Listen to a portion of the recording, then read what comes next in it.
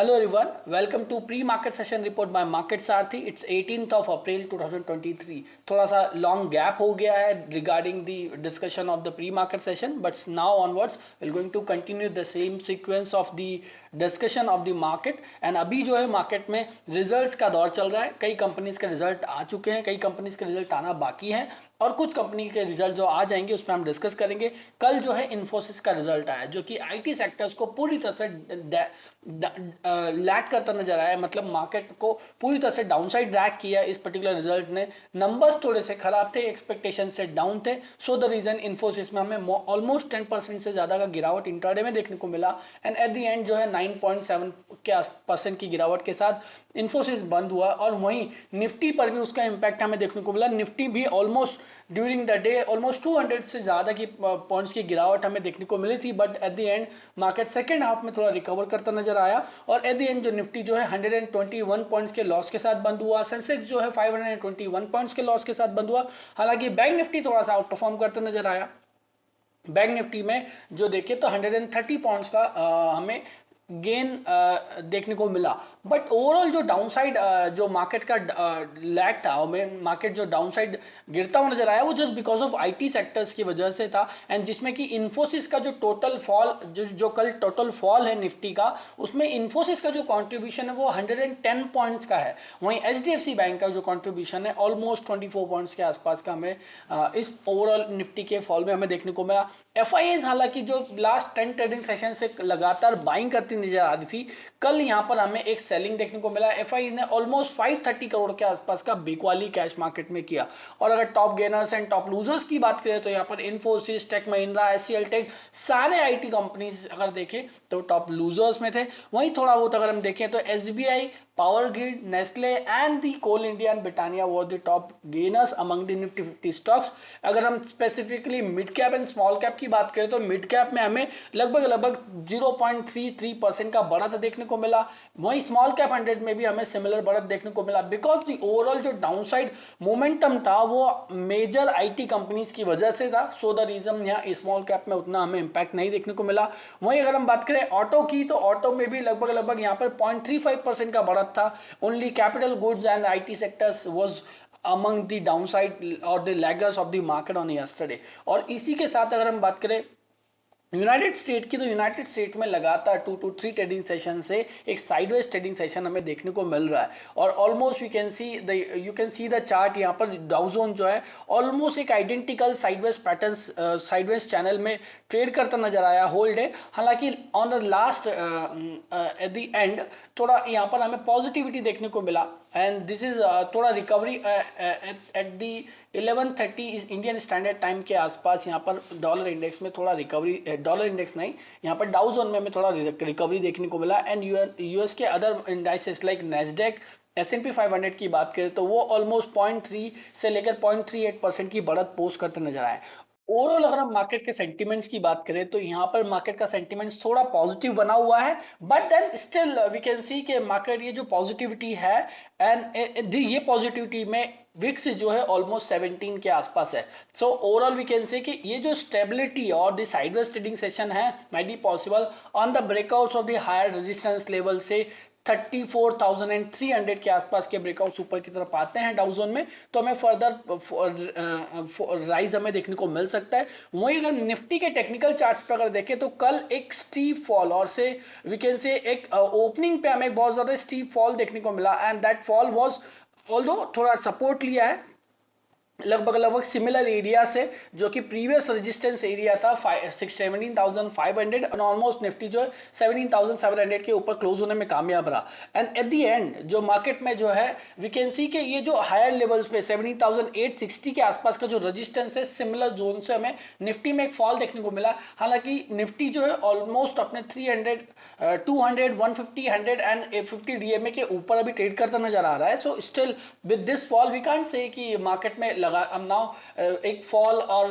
बियरिशनेस हमें देखने को मिल सकता है। We will have to wait for the next upcoming candles और next upcoming trading sessions for the making any convictions कि यहाँ से ट्रेंड रिवर्स होता है या मार्केट हो सकता है कंटिन्यू करे। सो यहाँ पर अगर देखें तो निफ्टी में अगर कल का जो कैंडल का लो है अगर वो ब्रेक हो पाता है तो हम मार्केट में एक्सपेक्ट करेंगे मार्केट में एक थोड़ा सा वी कैन से कि प्रॉफिट बुकिंग सेशन हमें देखने को मिल सकता है। एंड एट द एंड अगर बैंक निफ्टी में देखें तो बैंक निफ्टी में उतना ज्यादा वीकनेस नहीं देखने को मिला, बट स्टिल बैंक निफ्टी में हमें एक हैंगिंग मैन पैटर्न देखने को मिला है। हैंगिंग मैन एक बियरिश रिवर्सल सिग्नल होता है, हालांकि इसका जो प्रोबेबिलिटी है वो थोड़ा सा लो होता है, but still it is a hanging man जो कि बियरिश रिवर्सल पैटर्न है। हैंगिंग मैन की कैंडल जो है अगर आप डेली चार्ट्स पे देखेंगे, इस कैंडल का अगर लो ब्रेक होता है, यहाँ पे इस कैंडल का अगर लो ब्रेक होता है तो वी कैन सी कि मार्केट में एक डाउनसाइड रैली हमें देखने को मिल सकता है। बट अंटिल अनलेस जो बैंक निफ्टी 41,700 का लेवल जो कि इस पर्टिकुलर कैंडल का लो है उसको ब्रेक नहीं करती है, तब तक हमें कोई भी डाउनसाइड के लिए कोई भी कन्विक्शन नहीं बनाना है।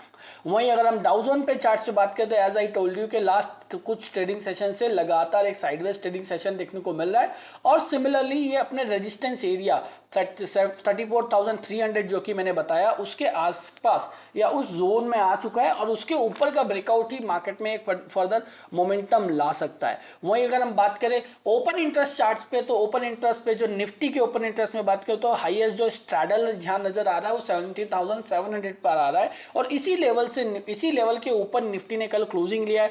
और अगर हम बात करें इसके हाईएस्ट कॉन्ट्रैक्ट्स की और बिल्डअप्स की तो वो हमें कॉल ऑप्शंस में देखें तो वो 18,000 का स्ट्राइक प्राइस है जो कि 92,44,000 के आसपास के कॉन्ट्रैक्ट के साथ बना हुआ है और ये जो लेवल है मार्केट में बहुत स्ट्रॉन्ग रेजिस्टेंस का काम कर रहा है। और अगर एक नियर टर्म में देखें तो यहाँ पर 17,800 का जो लेवल है वहां पर 88,33,000 कॉन्ट्रैक्ट्स ओपन है। हालांकि अगर पुट ऑप्शंस में देखें तो पुट ऑप्शन में उतना ज्यादा बिल्डअप्स नहीं है, मतलब अगर बिल्डअप्स कम है तो जो सपोर्ट लेवल्स है वो उतने स्ट्रांग नहीं है, लेकिन बिल्डअप्स हाई है। कॉल ऑप्शंस में मतलब जो रेजिस्टेंस एरियाज है वो थोड़ा सा स्ट्रांग है। सो इन जोन में मार्केट हो सकता है साइडवेज रहे, इन रेजिस्टेंस एरिया को मार्केट क्रॉस ना कर पाए, बट कल की कैंडल की लो या हाई के ब्रेकआउट्स पर ही हमें कन्विक्शन बनाना है कि मार्केट किस डायरेक्शन में जा सकता है। अभी अगर हम बात करें पुट ऑप्शंस में तो वो 19,88,000 कॉन्ट्रैक्ट्स बिल्डअप है यहाँ पर 17,600 पर एंड जो सेकंड हाईएस्ट बात करूँ नियर टर्म में 17,500 पर। सो ओवरऑल अगर देखें तो हाईएस्ट बिल्डअप जो देखने को नजर आ रहा है वो एट दी मनी पे आ रहा है। एट दी मनी पे आने का मतलब है मार्केट जो है साइडवेज ट्रेडिंग सेशन दिखा सकता है इन अपकमिंग डेज। अगर at the money strike price पे उतना बिल्डअप अगर नहीं देखने को मिलता है तो मार्केट में एक मोमेंटम सम नजर आ सकता है in upcoming days. But as we can see यहाँ पर 70,700 पर हाईएस्ट स्ट्रैडल यहाँ पर एटीएम पर अवेलेबल है जो कि मार्केट को इसी एरिया में होवर करने के लिए मजबूर करेगा और यहाँ पर मैक्स पेन भी इसी प्राइस पर है। वहीं अगर हम बैंक निफ्टी की बात करें तो बैंक निफ्टी में लगभग हम देखें तो 41,700 जो कि एक रेजिस्टेंस एरिया है उस पर हमें मार्केट में एक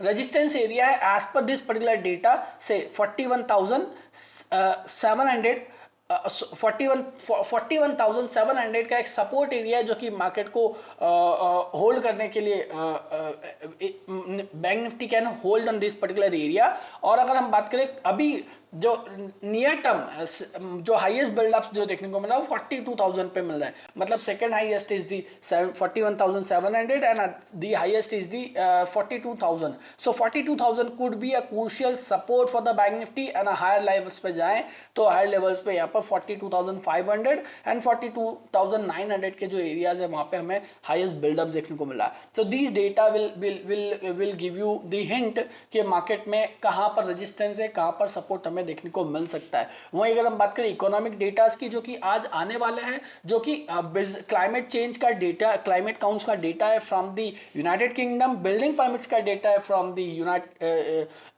यूनाइटेड स्टेट। वहीं स्पेसिफिकली जो डेटा आ चुके हैं उसकी बात करूं तो इंडियन मार्केट से और इंडिया से होलसेल प्राइस इंडेक्स का डेटा आया था जो कि अपने 29 मंथ्स के लो पर आया, जो कि एक क्वाइट पॉजिटिव नंबर है। ऑलमोस्ट 1.34% के आसपास रहा है WPI, जो कि प्रीवियस मंथ बात करें तो 1.84 था और एक्सपेक्टेशन 1.8 था। So this is again a positive. वहीं गवर्नमेंट के द्वारा जो इनिशिएटिव लिए जा रहे हैं रिलेटेड टू इंफ्रास्ट्रक्चर, यहाँ पे थोड़ा सा सीमेंट्स में डिमांड बढ़ा है, ऑलमोस्ट 9% का वॉल्यूम ग्रोथ हमें देखने को मिला है।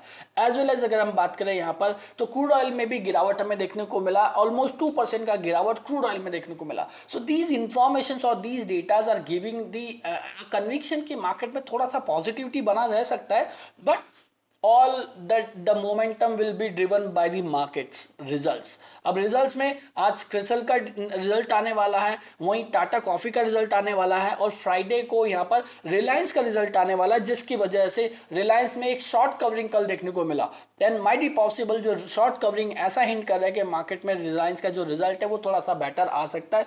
वहीं अगर हम बात करें फ्राइडे को यहाँ पर आईसीआईसीआई बैंक का भी रिजल्ट आने वाला है। So it's all data is okay, but majorly market जो है सेक्टर स्पेसिफिकली और से वी कैन से कि जो है स्टॉक स्पेसिफिकली मोमेंटम की वजह से ड्राइव हो सकता है। और मार्केट में आज चाइनीज इकोनॉमी से जीडीपी का भी डेटा है। सो दीज डेटा अगर यहाँ पे चाइनीज इकोनॉमी से जीडीपी का डेटा स्ट्रांग आता है, सो इट वी कैन से कि मेटल सेक्टर में थोड़ा सा हमें पॉजिटिविटी देखने को मिल सकता है। So overall we can say market से एक हायर लेवल पे रेजिस्टेंस शो किया just because of IT sectors और the Infosys fall, but bank Nifty ने नहीं किया है उतना रेजिस्टेंस शो। और अगर हम बात करें ओवरऑल समरी की, तो मार्केट का जो रेंज है वो 17,700 और हायर लेवल पे 17,860 का रह सकता है।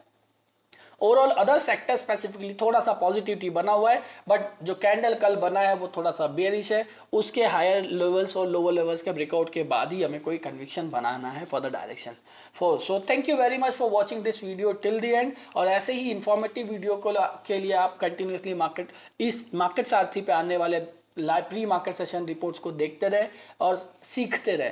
बट मेजर डिसीजन और कन्विक्शन आपको कैसे बनाना है, अपनी खुद की रिसर्च पे, अपने इन्वेस्टमेंट एडवाइजर्स के डिस्कशन पे, या कोई अपने कंसल्टेंट के बेसिस पर ही आपको अपना डिसीजन लेना होगा।